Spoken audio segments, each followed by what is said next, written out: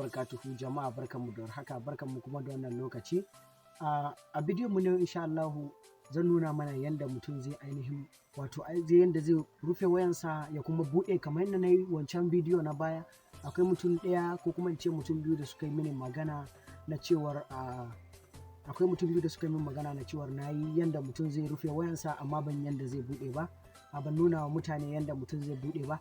So insha Allah a cikin bidiyon nan ku biyo ni kai tsaye, zan nuna muku yanda za ku rufe kuma ku buɗe wayan. So ba tare da na cika ku da surutu ba, ina daɗa tunatar da kai idan har ya kasance baka danna wa channel ɗin nan alamar subscribing ba, za ka gan shi da jan rubutu a ƙasa a rubuta subscribing. So ka danna wannan subscribing ɗin, sannan ƙararrawa zai fito a gefe sai ka taɓa min shi. Na gode.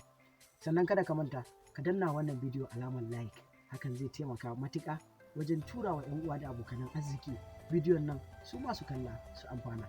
Na gode, mu je mu cikin bidiyon.